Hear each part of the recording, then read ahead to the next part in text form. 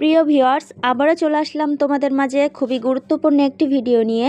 তো আজকে মূলত আমরা আলোচনা করব ডব্লিউবিএসএসসি গ্রুপ সি এবং গ্রুপ ডি।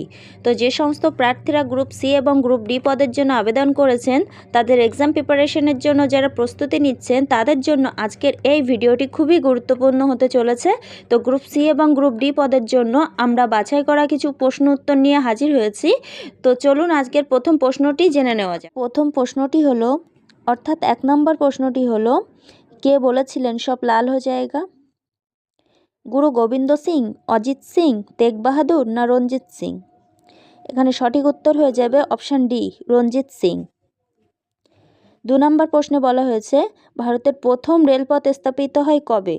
1852 খ্রিস্টাব্দে 16ই এপ্রিল, না 1853 খ্রিস্টাব্দে 15ই এপ্রিল, না 1853 খ্রিস্টাব্দে 16ই এপ্রিল, না 1853 খ্রিস্টাব্দে 17ই এপ্রিল? 2 নম্বর প্রশ্নের সঠিক উত্তর হয়ে যাবে সি, 1853 খ্রিস্টাব্দে 16ই এপ্রিল। 3 নম্বর প্রশ্নে বলা হয়েছে, মহাত্মা গান্ধী কোন ব্যক্তির রচনা দ্বারা অনুপ্রাণিত হন? গোবিন্দ রানাডে, বিষ্ণু শাস্ত্রী পণ্ডিত, না গোপাল হরি দেশমুখ, না বেহরামজি মেরোয়ানজি মালাবারি?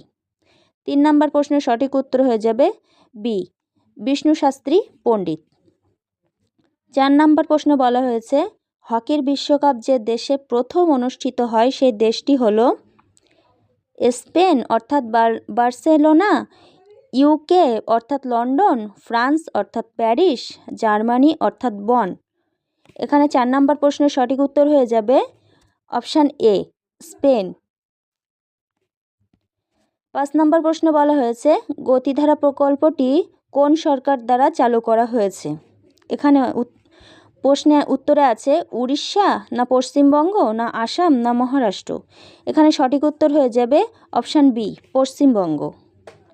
6 নম্বর প্রশ্নে বলা হয়েছে, ইংরেজি ভাষার প্রথম ভারতীয় মহিলা কবি হলেন তরু দত্ত, না সুচেতা কৃপালিনী, না চন্দ্রমুখী বসু, না ডক্টর রমা চৌধুরী?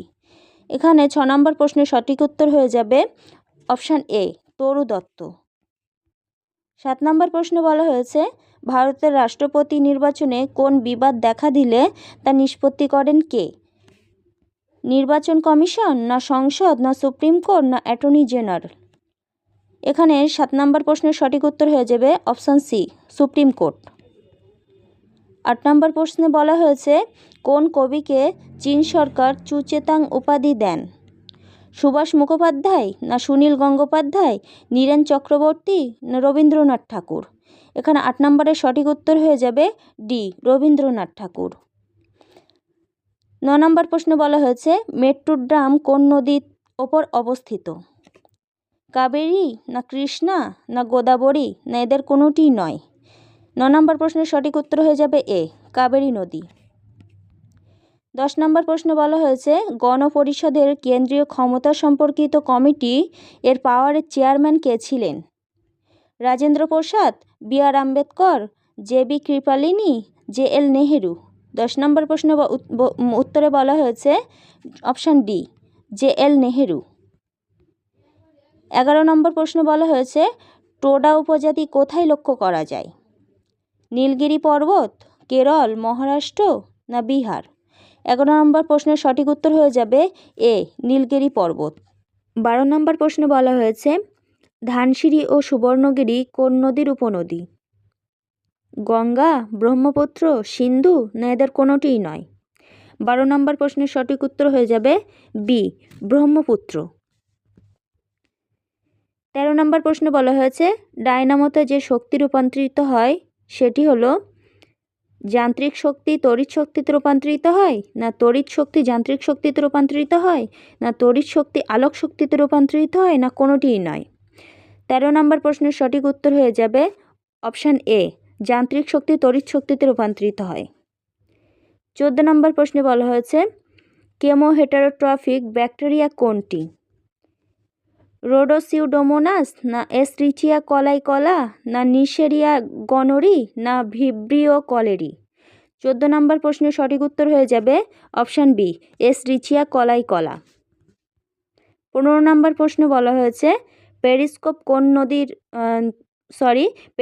কোন নীতির ওপর ভিত্তি করে তৈরি হয়? প্রতিফলন না প্রতিসরণ ও প্রতিফলন ও ব্যতিচার না অপবর্তন? 15 নম্বরের সঠিক উত্তর হয়ে যাবে অপশান এ, প্রতিফলন।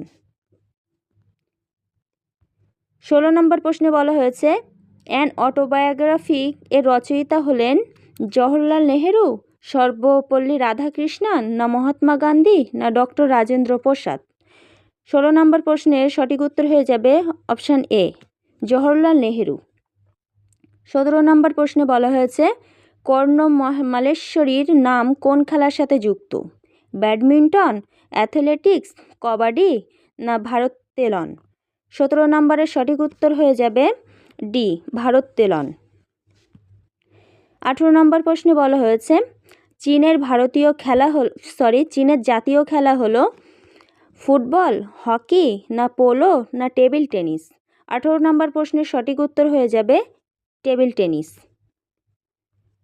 19 নম্বর প্রশ্নে বলা হয়েছে আঞ্চলিক নৃত্য হিতং কোন রাজ্যে পরিবেশিত হয়? জম্মু ও কাশ্মীর, মণিপুর, মিজোরাম না কেরালা? 19 নম্বর প্রশ্নের সঠিক উত্তর হয়ে যাবে এ, জম্মু ও কাশ্মীর। 20 নম্বর প্রশ্নে বলা হয়েছে ভারতের বৃহত্তম লিগনাইট কয়লা খনি হলো নেভেলি না তালচেরি না ঝরিয়া না এদের কোনোটিই নয়? 20 নম্বর প্রশ্নের সঠিক উত্তর হয়ে যাবে অপশান এ, নেভেলি। 21 নম্বরের প্রশ্নে বলা হয়েছে সম্প্রতি সমকামীদের বিরুদ্ধে আইন পাশ করল কোন দেশ? কেরিয়া না গগান্ডা না অস্ট্রেলিয়া না উরুগুয়ে? 21 নম্বর প্রশ্নের সঠিক উত্তর হয়ে যাবে বি, উগান্ডা। 22 নম্বর প্রশ্নে বলা হয়েছে বিশ্ব তামাক বিরোধী দিবস পালন করা হয় কবে? 31শে মে, 30শে মে, 29শে মে, 28শে মে? 22 নম্বর প্রশ্নের সঠিক উত্তর হয়ে যাবে অপশান এ, 31শে মে। 23 নম্বর প্রশ্নে বলা হয়েছে বিশ্বের উন্নয়ন বোধে আন্তর্জাতিক চুক্তিপত্র তৈরির জন্য সর্বপ্রথম সম্মেলনটি আয়োজিত হয়েছিল কোন শহরে? জাপানের কোয়াটো, ফ্রান্সের প্যারিস, মালয়েশিয়ার কুয়ালালামপুর, ব্রাজিলের রিও ডি জেনিরো? তাহলে 23 নম্বর প্রশ্নের সঠিক উত্তর হয়ে যাবে ব্রাজিলের রিও ডি জেনিরো। 24 নম্বর প্রশ্নে বলা হয়েছে কোন দেশে দ্বিতীয় জলবিদ্যুৎ প্রকল্প তৈরির অনুমোদন পেল ভারত? নেপাল, পাকিস্তান, বাংলাদেশ, ভুটান? 24 নম্বরের সঠিক উত্তর হয়ে যাবে অপশান এ, নেপাল। 25 নম্বর প্রশ্নে বলা হয়েছে সম্প্রতি কোথায় উত্তর ভারতের প্রথম পারমাণবিক বিদ্যুৎ কেন্দ্র গড়ে উঠতে চলেছে? পাঞ্জাব, হরিয়ানা, উত্তরপ্রদেশ, সিকিম? 25 নম্বরের সঠিক উত্তর হয়ে যাবে অপশান বি, হরিয়ানা।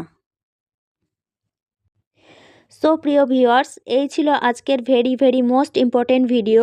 যদি আজকের এই ভিডিওটি ভালো লেগে থাকে তাহলে please like, comment and share করে দিন বন্ধুদের মাঝে।